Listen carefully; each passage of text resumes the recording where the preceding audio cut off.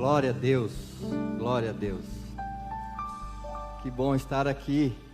A graça e a paz do nosso Senhor Jesus. Amém? Que bom vê-los aqui, olhar para vocês, alivia a tensão um pouco. Deus abençoe grandemente a vida de cada um. Hoje sou eu que vou ficar aqui na corrida contra o tempo.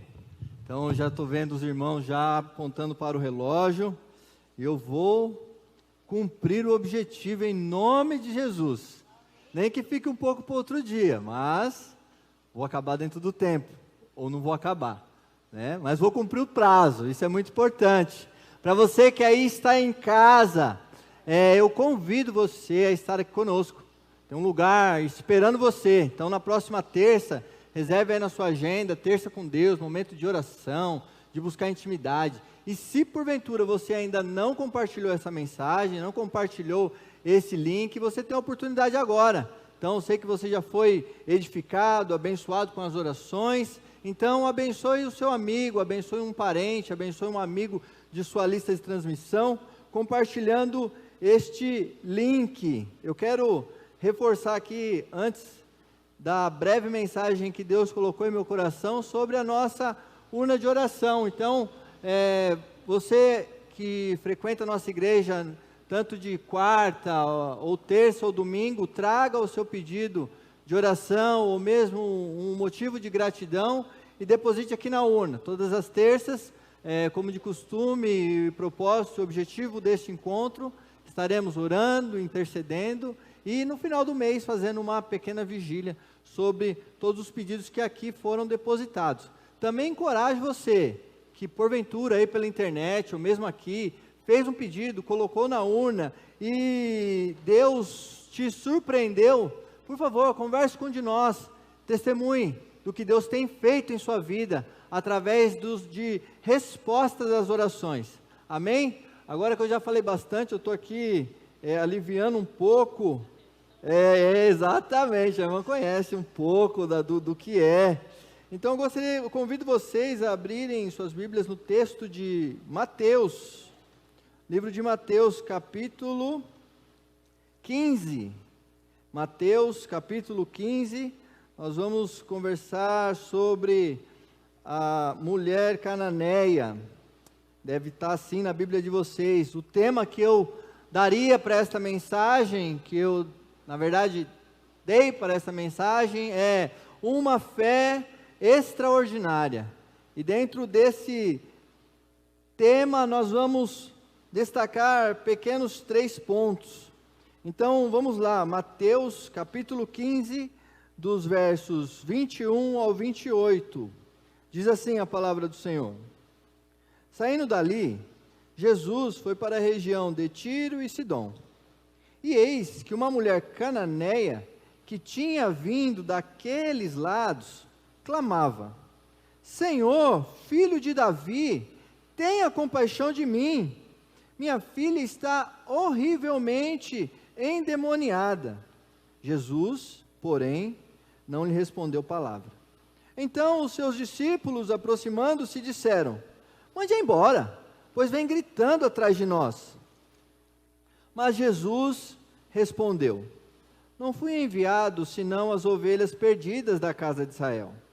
Ela, porém, veio e o adorou, dizendo: Senhor, me ajude. Jesus respondeu: Não é correto pegar o pão dos filhos e jogá-lo aos cachorrinhos.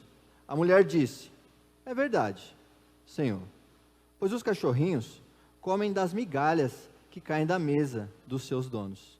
Então Jesus exclamou: Mulher, que grande fé você tem, que seja feito como você quer.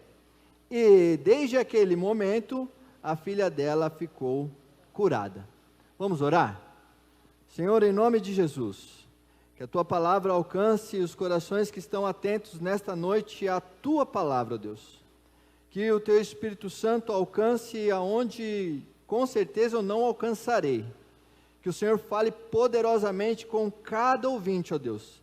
E que esta mensagem venha causar transformações e impacto, assim como provocou na minha vida. Essa é a minha oração em nome de Jesus. Amém.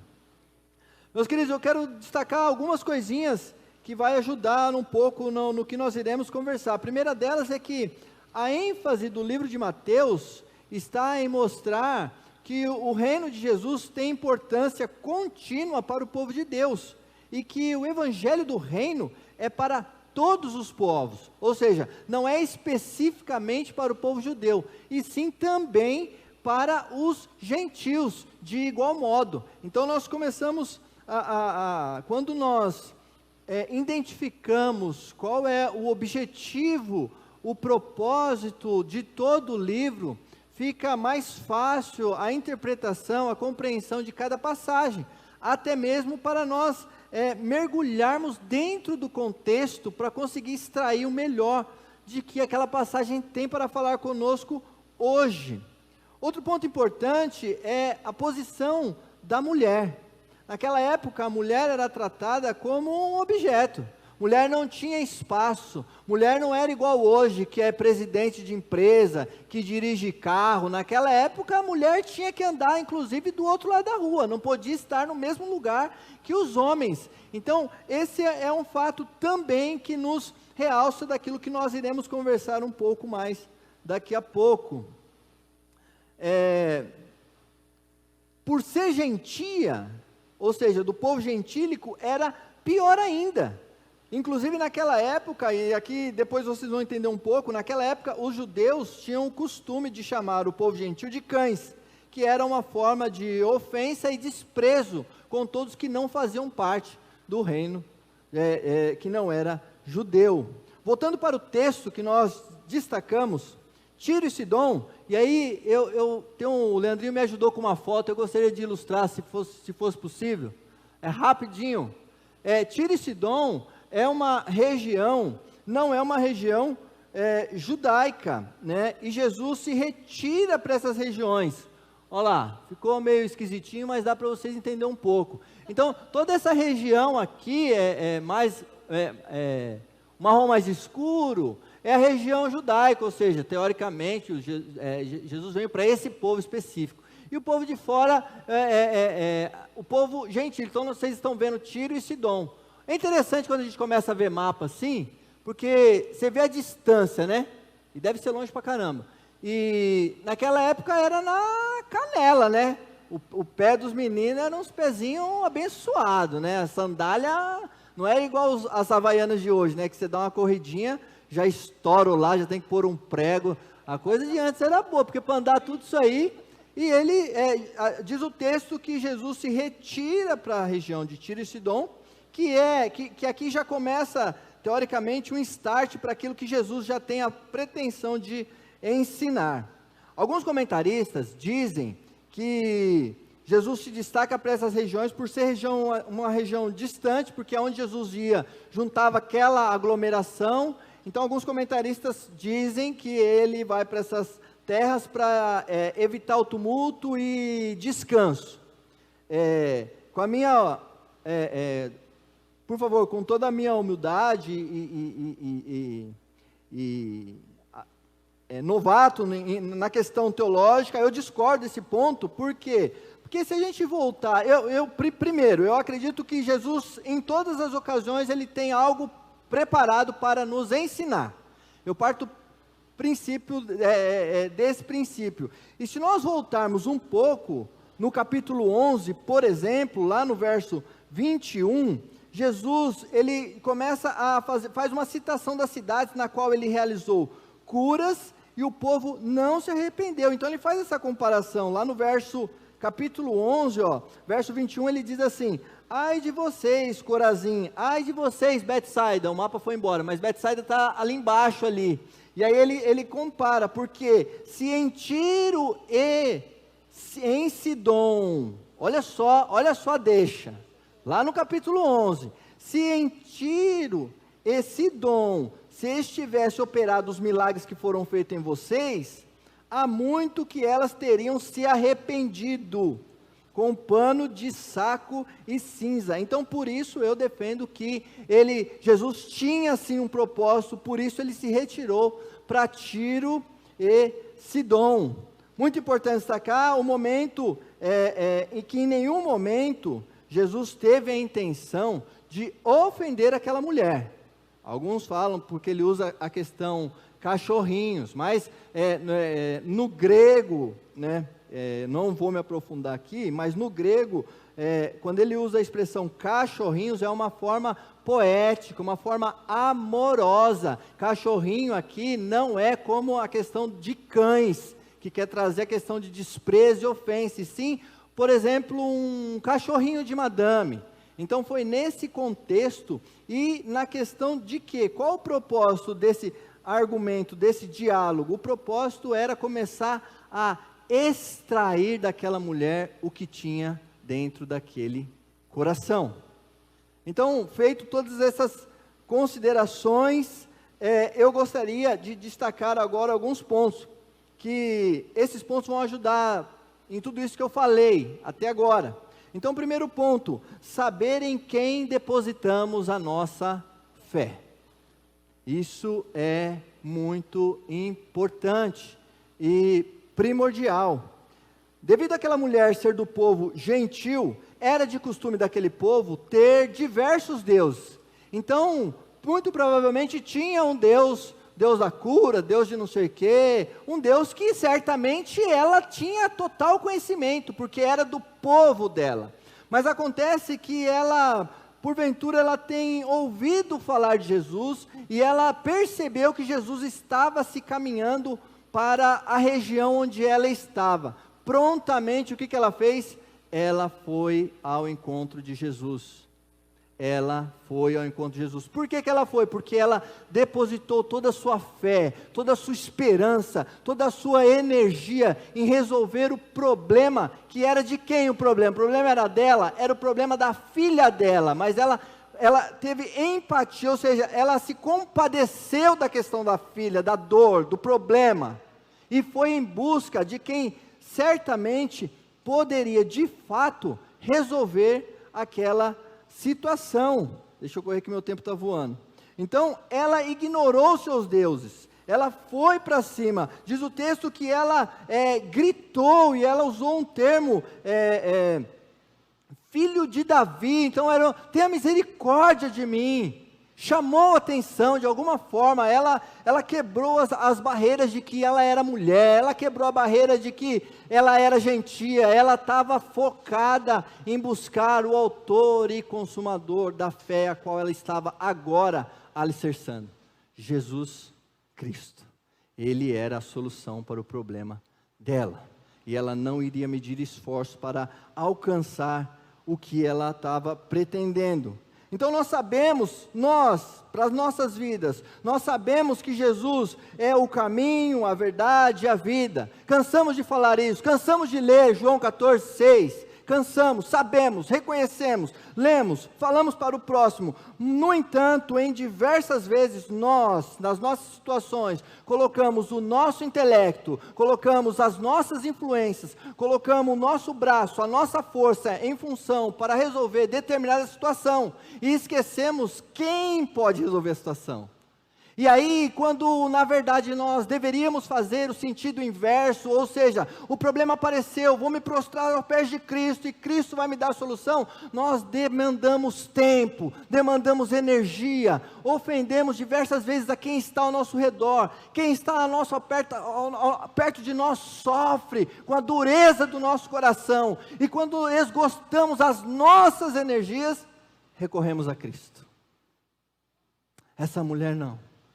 Essa mulher, ela ouviu dizer, falei, não, Jesus está passando por aqui, Jesus está passando aqui, e Jesus vai resolver o meu problema, Jesus vai resolver o meu problema.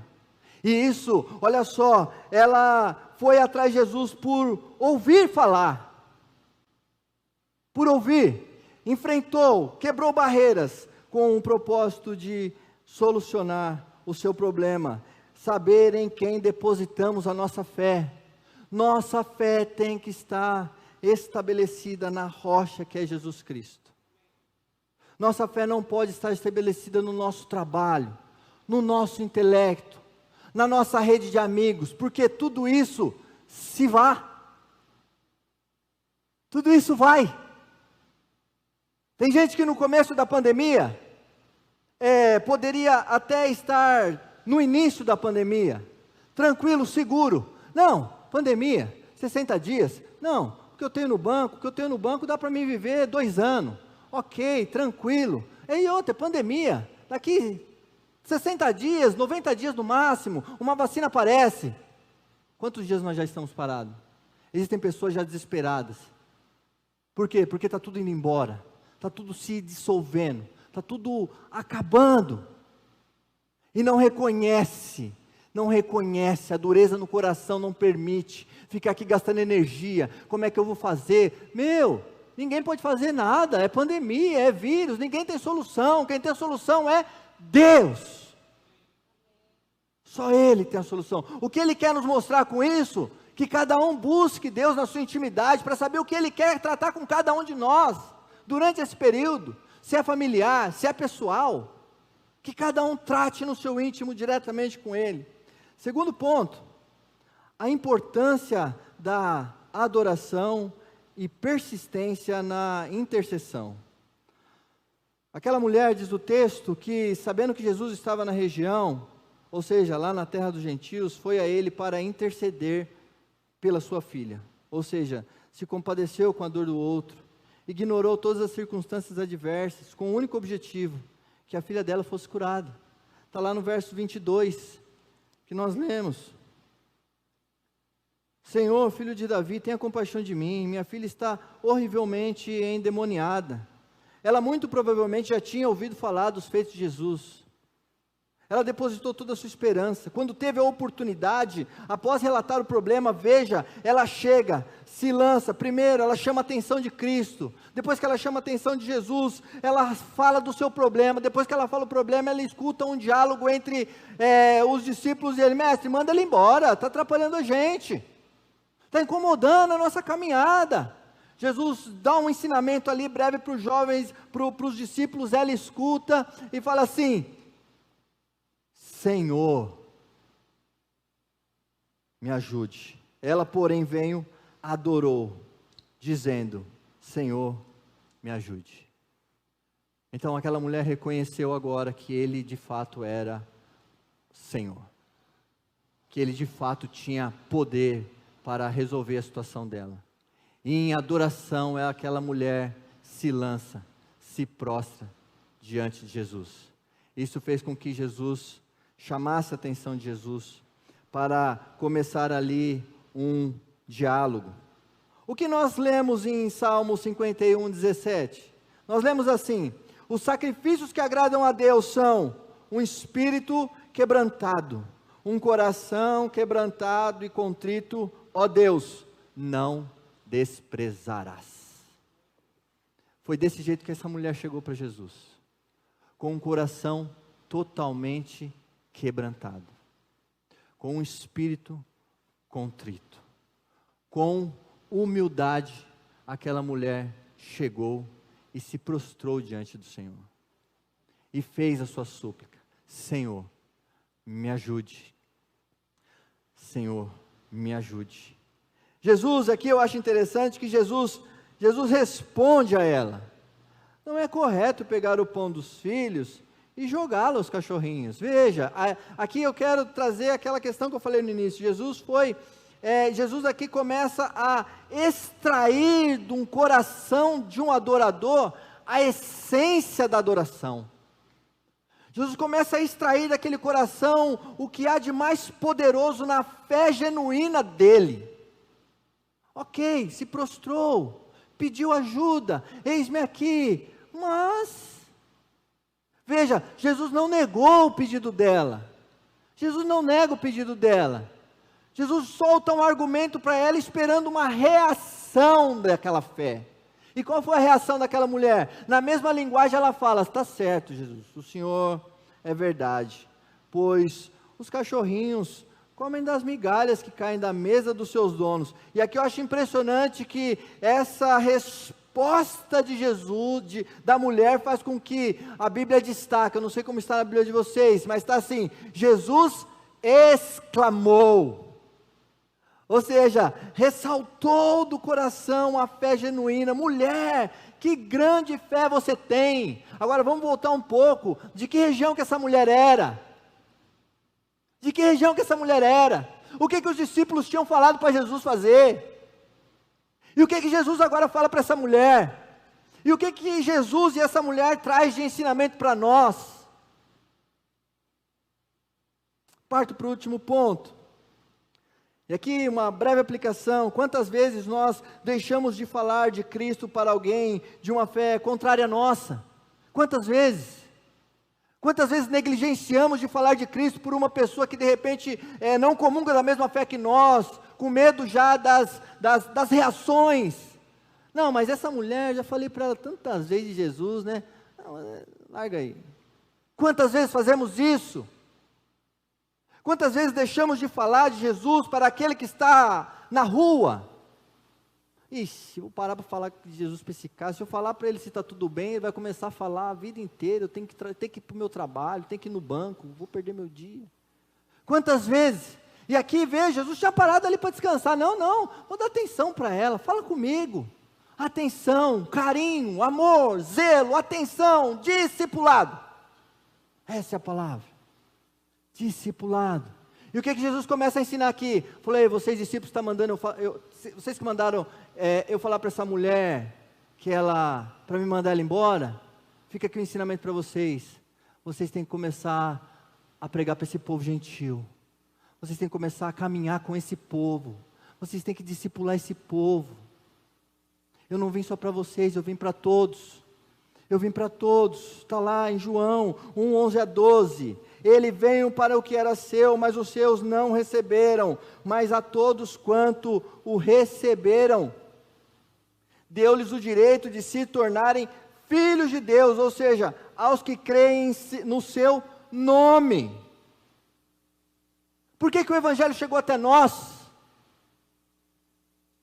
Por quê? Porque alguém se dispôs, alguém falou um dia para você, através da palavra abrir os seus olhos. E por fim, a importância do discipulado a toda pessoa.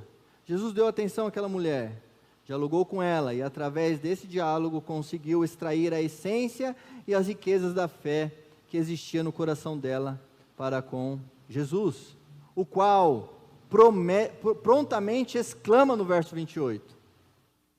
E ao invés de apenas responder, como no verso 26, diz o texto que naquele momento a filha dela ficou curada.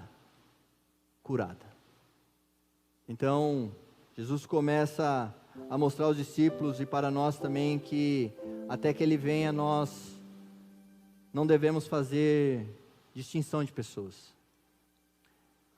Que nós devemos sim, como cristão, fazer aquilo que Ele ordena, e isso fica muito claro lá no final do livro, quando Ele começa a comissionar os discípulos, nos versos 28-19. Portanto, vão e façam discípulos de todas as nações. Correndo mais adiante no texto, para finalizar, nós vemos Jesus realizando a segunda multiplicação de pães. E o que me destacou quando eu me afastei do verso 15 dessa perícope para concluir o capítulo, eu vejo que um destaque no verso 38. Ora, os que comeram eram 4.000 homens, além de mulheres e crianças. Então Jesus começa a fazer a inclusão daqueles que eram excluídos. Que essa palavra encontre lugar no teu coração, e que você possa continuar firme no propósito da oração, da intercessão e do discipulado, caminhar com aqueles que precisam de um apoio, de um abraço. Deus abençoe.